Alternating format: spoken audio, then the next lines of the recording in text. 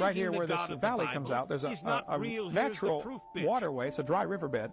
That is called a wadi, W-A-D-I. If you went into that wadi, you would find there are rocks all over the place, but they've all been pushed out of the way to make a path. Somebody pushed all the rocks out of the way to make a path for wagons, apparently. That dry riverbed, the wadi, ends up at that white dot, which you can barely see out from this satellite map. That white dot is actually this giant beach. Off to the right, you can see where that wadi comes into it, that dry riverbed. And at the bottom of that beach, way down there, which would be the south end, at the south end, Ron Wyatt found this pillar.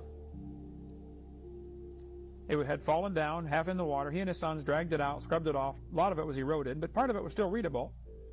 And it basically said something to the effect of, this pillar was erected by King Solomon to commemorate the crossing of the Red Sea. So they went and did some research. The National Geophysical Data Center in Boulder, Colorado has a map showing the depth of the water. How deep is the water? Above this red arrow, you can see where it says the Elan Deep, or Elat Deep. It's nearly 5,000 feet deep. The Gulf of Aqaba is. Incredibly deep water.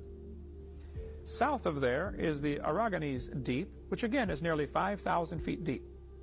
But right where that arrow is, there's a shallow place. It's only 900 feet deep, which is still pretty deep. But 900 foot in 8 or 9 miles is a nice gentle slope down and a nice gentle slope up. Easy for wagons. There's an underwater land bridge right there.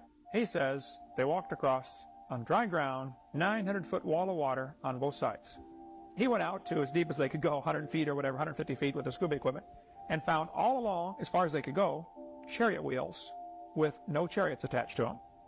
And chariot bodies crumbling badly, poorly conditioned, with no wheels on them.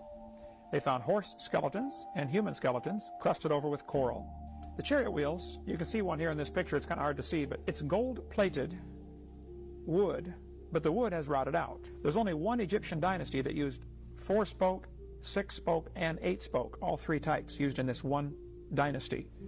And all 3 are found down there, or something like that.